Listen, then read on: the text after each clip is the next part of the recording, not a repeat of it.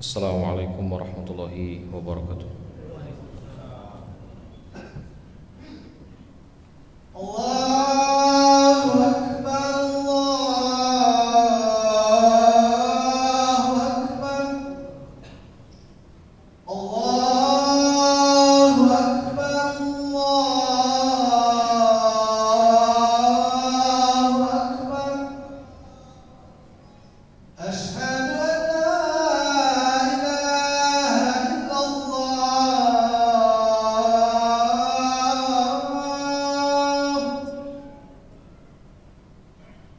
Asyhadu an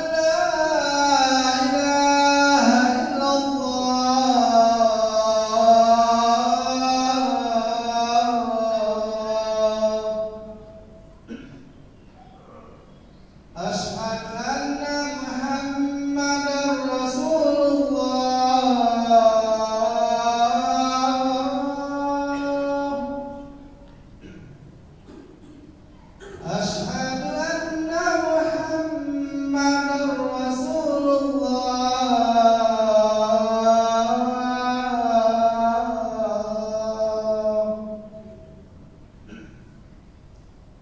Hayya 'alas shalah.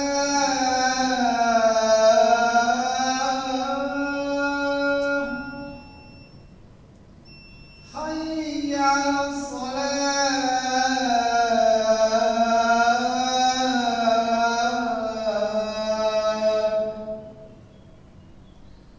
Hayya 'alal falah.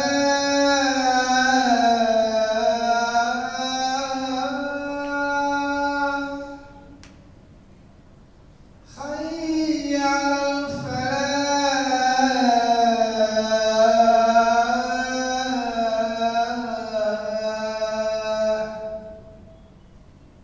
Allahu Akbar, Allahu Akbar. La ilaha illallah.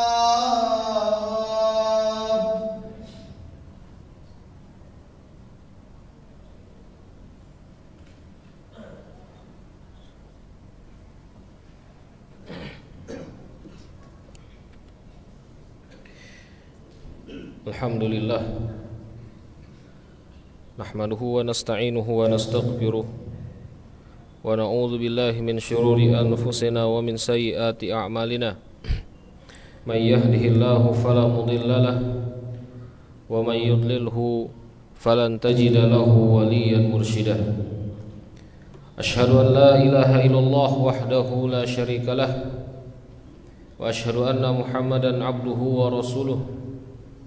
Allahumma salli ala Muhammadin wa ala ali Muhammad kama sallaita ala Ibrahim wa ala ali Ibrahim wa barik ala Muhammad kama barakta ala Ibrahim wa ala ali Ibrahim fil alamin innaka Hamidum Majid. Fa inna asdaqal hadisi kitabullah wa khairul huda hadi Muhammad sallallahu alaihi wasallam wa syarrul umuri muhdatsatuha wa kullu muhdatsatin bid'ah. Amma ba'du, fa ya ibadallah, usikum wa nafsi bitaqwallah faqad fazal muttaqun.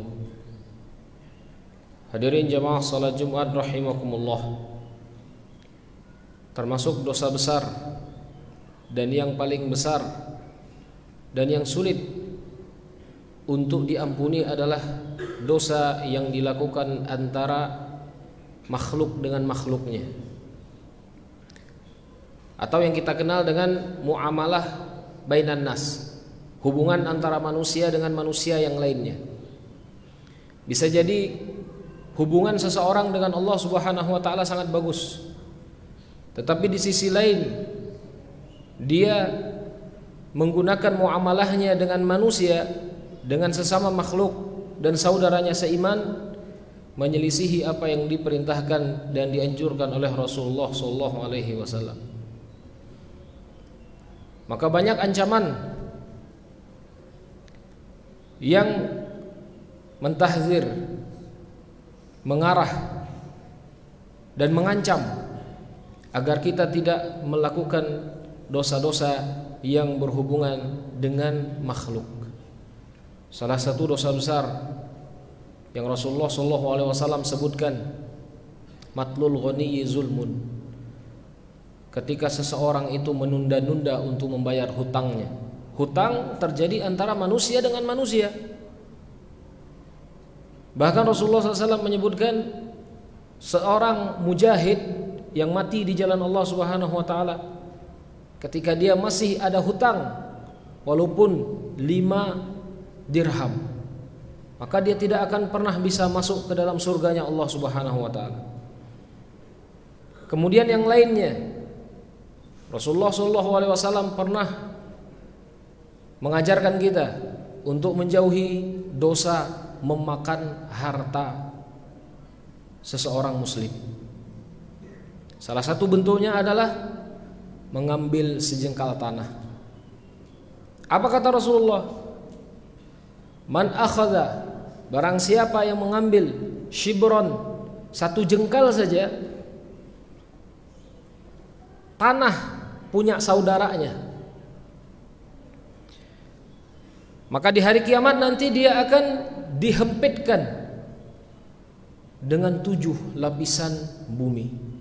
Berat dosa yang dilakukan antara manusia dengan manusia. Kemudian yang banyak juga terjadi di masyarakat kita sekarang adalah ar-rishwah, atau yang kita kenal dengan sogok menyogok. Rasulullah SAW pernah menyebutkan, la'ana Allahu ar-rashi wal murtashi, Allah melaknat pelaku-pelaku sogok dan yang menerima sogok. Dalam Al-Quran Allah juga menyebutkan, ya ayyuhalladzina amanu, wahai orang-orang yang beriman, la ta'kulu, jangan kalian memakan amwalakum bainakum bil batil, jangan kalian memakan harta di antara kalian itu dengan cara yang batil, dengan cara yang haram, dengan cara yang tidak diridhoi Allah Subhanahu wa taala. Wa tudlu biha ilal hukam, walaupun sampai-sampai engkau ingin memakan harta itu, engkau angkat perkaranya kepada hakim. Bahkan diriwayatkan seorang hakim ketika itu menerima pemberian dari orang yang mempunyai dakwah, pengaduan, diberikan hadiah kepada hakim. Ketika orang ini mempunyai dakwah aduan, maka hakim mempermudah urusan dia. Rishwah, Allah tegur dengan ayat, jangan engkau makan harta sesama kalian itu dengan cara yang batil. Litakulu fariqam min amwalin nasi bil itsm wa antum ta'lamun. Dan kita tahu itu haram. Kita tahu cara itu tidak diridhoi Allah Subhanahu wa taala. Tapi kita ngotot. Kita tetap ingin melakukan perbuatan yang seperti itu. Alangkah besar nafsu kita ketika kita ingin memakan harta saudara-saudara kita. Dalam prakteknya banyak yang terjadi di masyarakat kita sekarang. Bahkan sebagian masyarakat kita beranggapan praktek-praktek yang seperti ini tidak mungkin bisa ditinggalkan. Padahal Allah itu menyebutkan bahwasanya hukum Allah itu ahkam wa adal. Hukum yang Allah tentukan itu adalah lebih bijak dan yang lebih adil. Ya. Maka apa yang dimaksud dengan sogok itu sendiri? Para ulama fikih menyebutkan sogok itu adalah sesuatu pemberian yang diberi setelah dia mempunyai keinginan di belakangnya. Berbeda dengan hadiah. Hadiah, pemberian yang diberi tanpa ada dasar keinginan di belakang pemberian itu. Ini perbedaannya. Bahkan sebagian ulama-ulama kita menyebutkan haram seorang pemimpin menerima hadiah dari rakyatnya, ditakutkan pemberian ini menjadikan hakim itu tampang sebelah. Ditakutkan pemimpin itu nanti condong sebelah, tidak adil dia. Maka para ulama menyebutkan untuk para pemimpin jangan mudah-mudah menerima hadiah dari rakyatnya. Itu kata para ulama. Dan prakteknya kita sekarang mudahnya ketika seseorang ingin mendapatkan nilai yang besar dan dia tidak mempunyai kemampuan di dalamnya, dia tidak mempunyai hak dan dia tidak mempunyai kemampuan di dalamnya, tetapi dia ingin nilai yang sangat besar, kemudian diberikan pemberian kepada orang yang memberikan nilai tersebut, rishwah, sogok, dan dia ingin mendapatkan yang tidak menjadi haknya dengan cara yang haram. Maka Rasulullah SAW juga menyebutkan dalam hadis yang lainnya, ar-rashi wal murtashi finnar, orang yang memberi sogok dan yang menerima sogok di neraka jahanam. Dan neraka ini bukan sesuatu yang sangat seperti panas di luar. Dan betapa mudah kita menerima itu sekarang. Di setiap akad, bahkan di setiap sisi muamalah kita, tidak akan licin kecuali dengan ada sogokan itu. Artinya sogokan itu sudah mendarah daging kepada kita. Dan para ulama menyebutkan ketika kita terbiasa makan harta ini, maka Allah cabut barokah dari harta itu. Dan tidak akan pernah kita merasakan berkah dari harta yang kita makan dari hasil sogok dan menerima sogokan tersebut. Aqulu qouli hadza wastaghfiruh innahu huwal ghafurur rahim.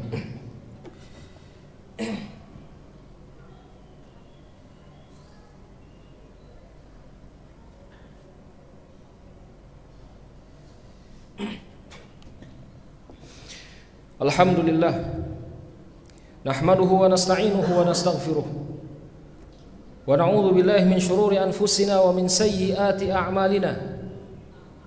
May yahdihillahu fala mudilla lahu wa may yudlilhu fala hadiya lahu. Asyhadu an la ilaha illallah wahdahu la syarika lahu wa asyhadu anna Muhammadan 'abduhu wa rasuluh. Allahumma shalli ala Muhammadin wa ala ali Muhammad kama shallaita ala Ibrahim wa ala ali Ibrahim wa barik ala Muhammad kama barakta ala Ibrahim wa ala ali Ibrahim fil alamin innaka Hamidum Majid. Hadirin jamaah salat Jumat rahimakumullah. Banyak dari masyarakat kita sekarang yang tidak bisa membedakan. Mereka tidak bisa membedakan mana pemberian, mana riswah, mana sogok, mana pemberian. Dia tidak tahu membedakannya. Pemberian di dalam Islam itu sangat diperintahkan. Tahadu, kata Rasulullah, saling memberilah kalian. Tahadu, tahabbu. Kalau kita saling memberi, kata Rasulullah, maka yang terjadi adalah kalian itu akan saling mencintai. Betul. Bahkan Rasulullah SAW menceritakan, innallaha yadhak lirajulin, sesungguhnya Allah itu tertawa, tersenyum melihat seorang laki-laki. Laki-laki ini tidak ada makanan di rumahnya, tidak ada makanan. Tapi ketika Rasulullah SAW bertanya, siapa yang ingin menjamu tamuku, kata Rasulullah, maka laki-laki itu mengangkat tangannya, biar aku yang menjamu tamumu ya Rasulullah. Dia tidak ada makanan di rumahnya. Kemudian dia bawa tamu Rasulullah SAW ke rumahnya, dan dia meminta makanan yang sisa di rumah kita, yang tersisa di rumah kita, keluarkan untuk menjamu tamu Rasulullah SAW. Dan istrinya berkata, kita tidak mempunyai sisa makanan kecuali makanan ini, dan itu untuk anak kita. Apa kata laki-laki ini? Pergilah engkau dengan anak kita dan tidurlah. Disuruh tidur. Dan dia berikan makanan dia untuk tamu, jamuan Rasulullah sallallahu alaihi wasallam. Allah tertawa dengan laki-laki ini. Apa hukumnya? Sunnah. Tapi Allah tertawa dengan perbuatan dia. Dikarenakan saking cintanya dia kepada seorang mukmin, kepada seorang muslim, dia berikan apa yang dia punya. Begitu juga dia akan mendapatkan balasan dari muslim-muslim yang lainnya. Makanya Rasulullah menyebutkan tahadu, saling memberi hadiahlah kalian, tapi jangan minta. Maka kalian itu akan saling mencintai, kata Rasulullah sallallahu alaihi wasallam. Ini sunnah, memberi sunnah.